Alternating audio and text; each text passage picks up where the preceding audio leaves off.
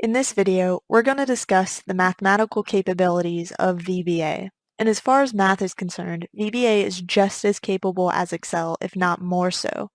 Rather than having huge formulas written into the formula bar in Excel, we can isolate the steps of large mathematical equations and use variables to break out the data in a way that makes sense intuitively.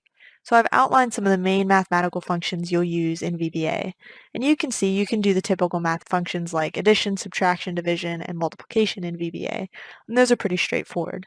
Just like you would do in Excel, you can simply use the plus sign, minus, slash, or asterisk to represent the function that you want to perform. So in this example column, we can see what we would type in Visual Basic, and in representation, we can see how we would normally write that function on paper. And so these match up pretty closely for our main functions here. Other functions aren't quite as intuitive. So when we start moving to exponents, we start to see that. So first we can have a general exponent, just using the caret here like you do in Excel, so that's pretty straightforward as well. But by using exponentials, which you might do in scientific fields or in engineering, you'll actually be typing exp and identifying the number as shown here. So exp1 is represented as this on paper. Same with the square root function. You'll type SQR with your number, and this would be the result of what that would look like. Absolute value, again, very similar. You type ABS for absolute, identify your number, and this is what that representation would look like. So again, this example column is what we type in VBA, and this is what that would actually represent on paper. We can also adjust numbers by rounding them or truncating the decimals entirely. So starting with round, we would first list the full number with all of the decimals and then tell the system how many decimals we want to round to. So in this example, we're trying to round the number 5.789 and we only want one decimal when we're done rounding it. Integer and fixed do similar things. They truncate the decimal from the number. The difference between the two is that integer will always push positive numbers towards 0, so a positive 2.4 would become 2, but it pushes negative numbers away from 0, so the negative 2.4 would become negative 3. Fix, on the other hand, always tends towards 0, regardless of whether the number is positive or negative, and we'll see an example of this in a second with this negative 2.4 that we're running both int and fix on. We can also randomly generate a number between 0 and 1 by using this random function, which is rnd open parentheses, close parentheses. Since this only generates between 0 and 1, we have to do some math using this random function if we want to get a random number between our own lower and upper bounds, say between the numbers 1 and 6. And I've written this out for you over here. So you'll start by subtracting your lowest possible number from your upper number. So you'll want to replace this upper number with whatever your upper bound is and the lower number with whatever your lower bound is. Then you'll add 1, multiply that by your randomly generated number that's between 0 and 1, and you'll add back in your lower number as the last step, and that will randomly generate a number between your upper and your lower bounds. And you can break this formula down step by step in VBA to get a better idea of how it works. The last thing that we regularly do with VBA is to convert text strings into actual numbers that we can perform math with. If you have a string of text that you try to perform calculations with, VBA can occasionally error out or miscalculate, so it's best practice to perform mathematical functions on actual numbers, so data that has been stored as a number. So we can use this cint function to convert the text number, say we have a text string that is the number 4, and we can actually convert that into actual data number 4. So generally speaking, VBA can do everything Excel can do, and that includes basic trigonometry like sine, cosine, tangent, and pi, and basic financial or statistical functions. So just as an example, we'll go ahead and we'll take a look at each of these functions in VBA, but know that VBA is capable of doing any sort of math that Excel is capable of doing as well. So I'll go ahead and open this up, and we can see here I've pre-written this math manipulator code. So I'm going to half my screen like so and zoom out a little bit on this window. And I'll give you a second to pause and copy this if you want to run it yourself. Otherwise, I'll talk through this line by line and we'll give it a test run to see if our results end up as expected. So I'll give you a second to pause. So that should have been enough time to pause. So now I'm going to briefly talk through each of these lines one by one.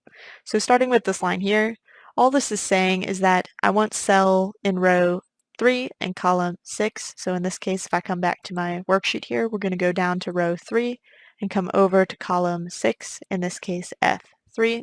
So we know this should probably represent our addition here, which is just 5 plus 4. There's nothing particularly fancy about that. The next is subtraction. Again, nothing fancy about this. Division. Again, nothing fancy about this. Multiplication. Nothing fancy. Exponent. Nothing fancy.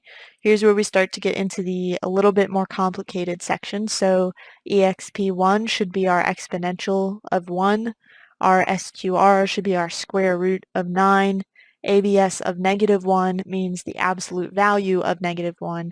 And again, if you actually are in these parentheses and you hit space, these functions will tell you what their input should be. So for these three, you're just inputting a singular number that you want to run the function on.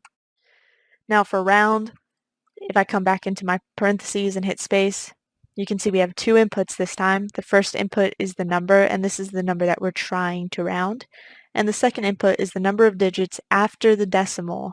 And so in this case, we've put 1, which means we want 1 digit after the decimal. Moving down into int, this is what we were talking about earlier, where int and fix are both very similar, but fix will always tend towards 0, whereas int will tend away from 0 when it's a negative number. And so what that means in this case, when we run this, we should expect that the result of fix here will be -2 because it tends towards 0, but the result of our int function here should be -3 because it should tend away from 0. Moving down again, I've created a variable here and I've told VBA this is a string type variable, so I fed it as a string the number 4. And normally if we have all of these string variables and we're trying to do math and perform math on these string variables, it can cause some problems in our code later on. So it's best practice to go ahead and use the cint function here whenever we reference this particular string. So instead of being a string of the number 4, so surrounded in quotes like it is here, it'll be a regular number 4 like we see anywhere else in our math here. And it should just be 4 plus 2, which again, nothing fancy, so we should see that performed correctly. So now I'll walk through this line by line, and I'll do that by using either debug step into or just using the F8 shortcut on your keyboard. So make sure you're clicked into the subroutine and go ahead and press F8. So we can see we're about to start running this sub.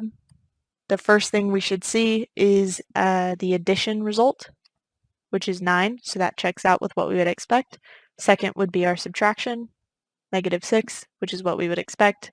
The next will be our division, our multiplication, our exponent, now our exponential of 1, our square root of 9, our absolute value of -1, and now we're getting into our rounding here, so we should see this 5.789 rounded to 1 decimal place.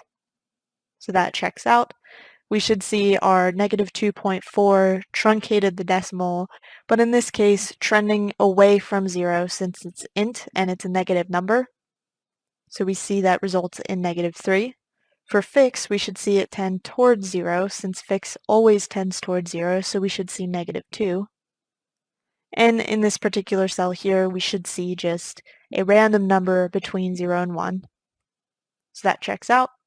Now at the end here, we've created this variable c. We've fed it the number 4, but as a string and not as an actual integer. So we're going to convert that to an integer here and perform some simple math. And that checks out. So hit F8 one more time to end your code. So in this video, we talked about the main mathematical functions that you might use in VBA, and we gave examples of some of those functions. So now we should be able to perform more complex math work within VBA itself. Just keep in mind that VBA can do things like sine, cosine, tangent. It does recognize the value of pi. It can do basic financial, basic statistical math like you would in Excel usually. So anything you can do in Excel, you can convert over to Visual Basic. And a good way to do that would be to go ahead and record a macro or use the object library to find the matching function.